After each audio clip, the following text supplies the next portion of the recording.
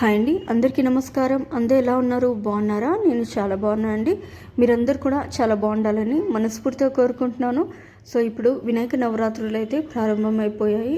తర్వాత నిమజ్జనం ఏ రోజున చేస్తే ఎలాంటి ఫలితం లభిస్తుందో ఇప్పుడు ఈ వీడియోలో తెలుసుకుందాం. వీడియోని మాత్రం ఎక్కడ కూడా స్కిప్ చేయకుండా లాస్ట్ వరకు చూడండి. వినాయక చవితి రోజున వినాయకుడి విగ్రహాన్ని ప్రతిష్ఠించి 10 రోజుల పాటు పూజలు చేస్తారు. మరికొందరు ఇంట్లో గణేశుడు విగ్రహాన్ని ప్రతిష్ఠించి 1, 3, 5, 7 లేదా 9 రోజుల పాటు పూజిస్తారు. మరికొంతమంది నవరాత్రి ఉత్సవాలను నిర్వహించి 11వ రోజున నిమజ్జనం చేస్తారు. అయితే గణపతిని నిమజ్జనం చేసేటప్పుడు ప్రతి ఒక్కరూ ఖచ్చితంగా కొన్ని నియమాలను పాటించాలి. అప్పుడే మీరు పూజించిన గణపతి సంతోషపడి మీ ఇంటిపైన కనక వర్షాన్ని కురిపిస్తాడు. పూజించిన వినాయకుడిని ఏ రోజున నిమజ్జనం చేయాలి, అలాగే ఏ రోజున నిమజ్జనం చేయకూడదు, నిమజ్జనం చేసేవారు ఎలాంటి నియమాలు పాటించాలి, వినాయకుడి పీఠాన్ని ఎలా కదిలించాలి, అలాగే గణపతి నిమజ్జనం చేసేటప్పుడు ఏ మంత్రం చదివితే మంచి జరుగుతుందో ఈ వీడియోలో ఇప్పుడు తెలుసుకుందాం. ఈ సంవత్సరం వినాయక చవితి సెప్టెంబర్ 7వ తేదీన శనివారం రోజున ప్రారంభమై సెప్టెంబర్ 17వ తేదీ వరకు ఉంటుంది. ఈ 11 రోజులు చాలా శక్తివంతమైన రోజులు. వినాయకుడి విగ్రహాన్ని కనీసం 3 రోజులైనా సరే ఇంట్లో పూజించుకోవాలి. వినాయకుడిని ఇంట్లో 3 రోజులు పూజిస్తే ఇంట్లో ఎలాంటి సమస్యలు లేకుండా ఉంటాయి. అదే 5 రోజులు పూజిస్తే మీ ఇంటికి అష్ట ఐశ్వర్యాలు వరిస్తాయి. 9 రోజులు పూజిస్తే ముక్కోటి దేవతల ఆశీర్వాదం లభిస్తుంది. ఈ విధంగా ఎన్ని రోజులైనా సరే వినాయకుడిని పూజిస్తే మంచిది. వినాయకుడు మీ ఇంట్లో ఉన్నన్ని రోజులు ప్రతిరోజు దీపారాధన చేసి ఖచ్చితంగా 2 పూటల నైవేద్యం సమర్పించాలి. అప్పుడే మీ పూజకి పుణ్య ఫలితం లభిస్తుంది. ప్రతిరోజు నైవేద్యాన్ని సమర్పించలేని వాళ్ళు కనీసం ఒక బెల్లం ముక్క అయినా నివేదిస్తే చాలా మంచిది.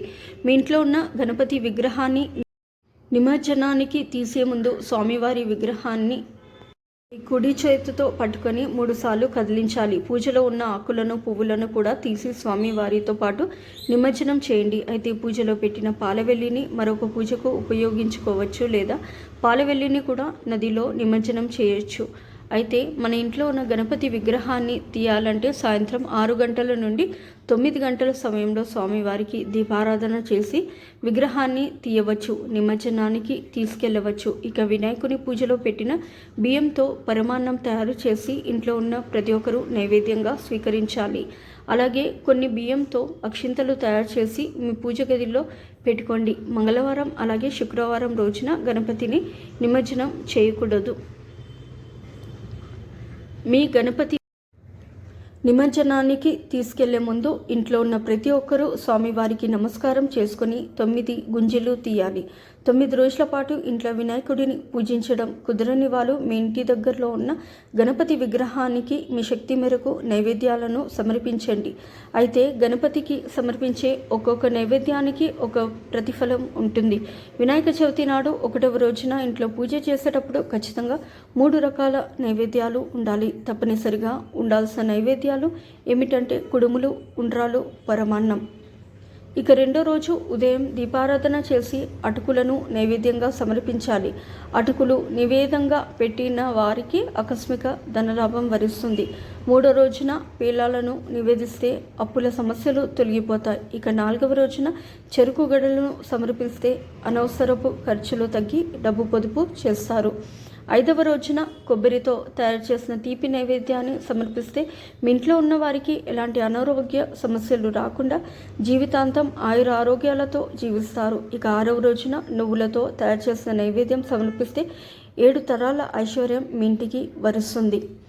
7వ రోజున అరటి పండ్లను సమర్పిస్తే స్త్రీలకు దీర్ఘ సుమంగళి ప్రాప్తి వరిస్తుంది. 8వ రోజున సత్తుపిండిని నివేదిస్తే మీ పిల్లల భవిష్యత్తు బాగుంటుంది. ఇక చివరి రోజున 9వ రోజున నేతితో తయారు చేసిన అప్పాలను నైవేద్యంగా సమర్పిస్తే లక్ష్మీ కటాక్షం లభిస్తుంది. ఈ విధంగా మీకున్న సమస్యలను బట్టి మీ దగ్గరలో ఉన్న వినాయకుని విగ్రహానికి ఈ 9 రోజుల్లో కనీసం ఏదో ఒక రోజు నైవేద్యం సమర్పించాలి. స్వామివారి కృపను పొందండి. సాధారణంగా వినాయకుని నిమజ్జనం 1వ రోజున, 3వ రోజున, 5వ రోజున, 9వ రోజున లేదా 11వ రోజున చేసుకోవచ్చు. ఇంట్లో నిమజ్జనం ఎలా చేయాలో ఇప్పుడు తెలుసుకుందాం. స్వయంగా ఇంట్లోని నిమజ్జనం చేయకూడదు. మన ఇంటి బయట కానీ డాబా పైన కానీ స్వామివారిని నిమజ్జనం చేయడానికి ఏర్పాట్లు చేసుకోవాలి. సో ఇప్పుడు నిమజ్జనం ఎలా చేయాలో తెలుసుకుందాం. ఇంట్లో ఎక్కడైతే నిమజ్జనం చేయాలని అనుకుంటున్నారో అక్కడ శుభ్రంగా తుడిచి అష్టదళ ముగ్గుని వేసి ముగ్గు పైన పసుపు కుంకుమలు వేసి ఆ ముగ్గు పైన ఒక శుభ్రమైన టబ్బును పెట్టి నిండుగా నీళ్లు పోయాలి. ఈ నీటిలో పసుపు కుంకుమను, గంధం, అక్షింతలు అలాగే పువ్వులను వేయాలి. ఇప్పుడు ఈ నీటిని గంగాజలంలాగా భావించి గంగానదికి నమస్కారం చేసుకోవాలి. ఇక ఈ నీటిలో మెల్లగా నిమజ్జనం చేయాలి. ఇంట్లో నిమజ్జనం చేసేటప్పుడు దీపాలు వెలుగుతూ ఉండాలి. కాబట్టి మీరు నిమజ్జనం చేసే చోట 2 దీపాన్ని వెలిగించండి. ఈ విధంగా ఇంట్లో అయినా సరే నదిలో అయినా సరే స్వామివారిని నిమజ్జనం చేయాలని, నిమజ్జనం చేసే సమయంలో ఖచ్చితంగా ఒక మంత్రాన్ని చదవాలి. అప్పుడు పూజకి ప్రతిఫలం ఉంటుంది. నిమజ్జనం చేసే సమయంలో ఖచ్చితంగా ఒక మంత్రాన్ని చదవాలి. అప్పుడే పూజకి ప్రతిఫలం ఉంటుంది. ఆ మంత్రం ఏమిటంటే శ్రీ గణేశ ఉద్వాసయామి శోభనార్థం పునరాగమనాయచ అనే మంత్రాన్ని చదువుతూ విగ్రహాన్ని నిమజ్జనం చేయాలి. ఇంట్లో నిమజ్జనం చేసేవాళ్ళు స్వామివారి నిమజ్జనం చేసిన తర్వాత ఈ నీటిని ఏదైనా చెట్టుకు పోయాలి. ముఖ్యంగా రావి చెట్టుకు పోస్తే ఇంకా మంచిది. తులసి చెట్టుకు మాత్రం పొరపాటున కూడా పోయకండి. వినాయకుని తీసుకెళ్లేటప్పుడు స్వయంగా ఆ భగవంతుడిని మనం తీసుకుని వెళ్తున్నట్లుగా భావించి అత్యంత భక్తి శ్రద్ధలతో నిమజ్జనం చేయాలి. ఈ వీడియో కనుక మీకు నచ్చినట్లయితే ప్లీజ్ లైక్ చేసి మీ ఫ్రెండ్స్కి షేర్ చేయండి. అలాగే మా కొత్త వీడియోస్ మీకు వెంటనే చేరాలంటే మా ఛానల్ని సబ్స్క్రైబ్ చేసుకొని పక్కనే ఉన్నటువంటి బెల్ ఐకాన్ని ప్రెస్ చేయండి. ధన్యవాదములు. సో ఇదండి ఇవాటి వీడియో. రేపటి వీడియోలో మళ్ళీ కలుస్తాను. అంతవరకు సెలవు. నమస్కారం. సర్వే జన సుఖినో భవంతి. Please like, share.